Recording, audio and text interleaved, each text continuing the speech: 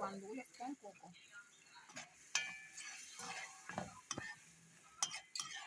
Esto es un moro de gandules con coco. Entonces, de este lado, tengo unas mollejitas y unos higaditos ahí para guisarlo. Pero esto aquí es moros de gandules con coco, señores. Me encanta la comida con coco.